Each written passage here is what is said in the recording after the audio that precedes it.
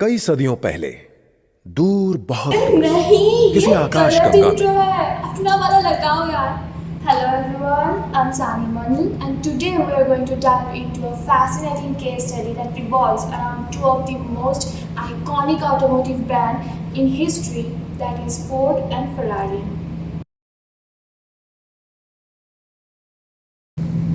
The rivalry began in 1966. Is much more than just a rivalry on the racetracks. It is a perfect example of corporate strategy, innovation, competition, and transformation in business. Ford at that time was struggling to appeal to a younger generation, and Ferrari built his brand around being the dominant force in the racing world. So Ford saw an opportunity not just to win a race, but also to reshape and reposition itself in the global market. जो Ferrari का नाम दुनिया के सबसे महान car निर्माताओं में शुमार होगा। क्यों? क्या इसलिए कि उन्होंने सबसे ज्यादा कारें बनाई? नहीं, इसलिए क्योंकि उसकी कारों का मतलब है जीतना। फरारी लमान जीतती है तो पब्लिक उस जीत का हिस्सा बनना चाहती है। सोचिए, अगर हम फोर्ड से भी लोगों को वही महसूस कराएं तो आजकल की पैसों वाली नई पीढ़ी हमारी कार ही खरीदेगी। मेरा यकीन कीजिए। Pause. What caused the rivalry between Ford and Ferrari though? The rivalry began after Enzo Ferrari abruptly refused Ford's offer to buy his company in 1963. This rejection angered Henry Ford too, leading him to vow to defeat Ferrari in prestigious Le Mans race. काबिल drivers पैसा पानी की तरह बहा दो, पर हम एक रेस कार बनाएंगे।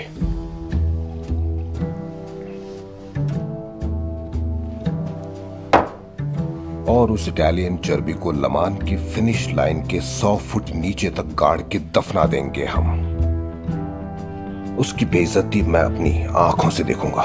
एक मुकाम आता है 7000 आरपीएम पे, जब सब धुंधला हो जाता है। मशीन का तब कोई वजन नहीं रहता, वो गायब हो जाती है। रह जाता है तो बस एक शरीर, वक्त और फासले को पार करता हुआ। Here we go.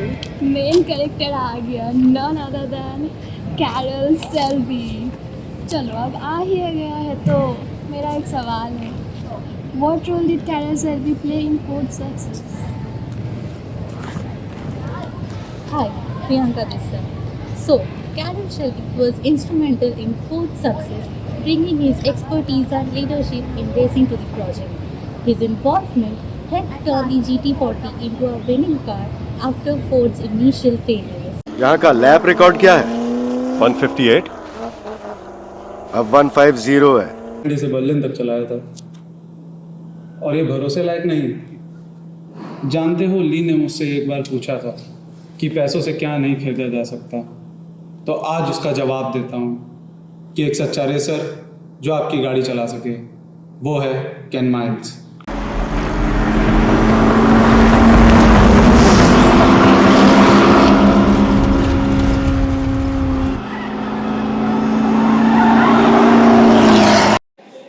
तो तुम्हें एक कार बना के फरारी का पकड़ा है, एक फोर्ड से, मतलब फोर्ड कार का वक्त है हमारे पास 200 300 90 दिन।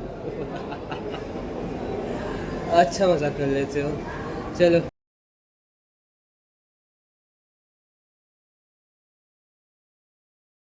And now it's time for the race. तो चलिए शुरू करते हैं। 7000 से ऊपर जा सकता हूँ? अब रोक के दिखा।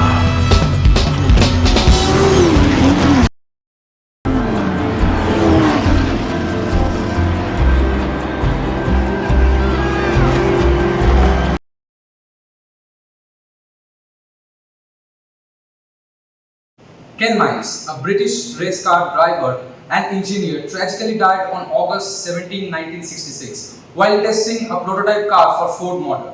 Miles was testing a Ford J car at Riverside International Race Car, California, a successor to the Ford GT40, which had just achieved historic victory at the 1966 24 Hours of Le Mans.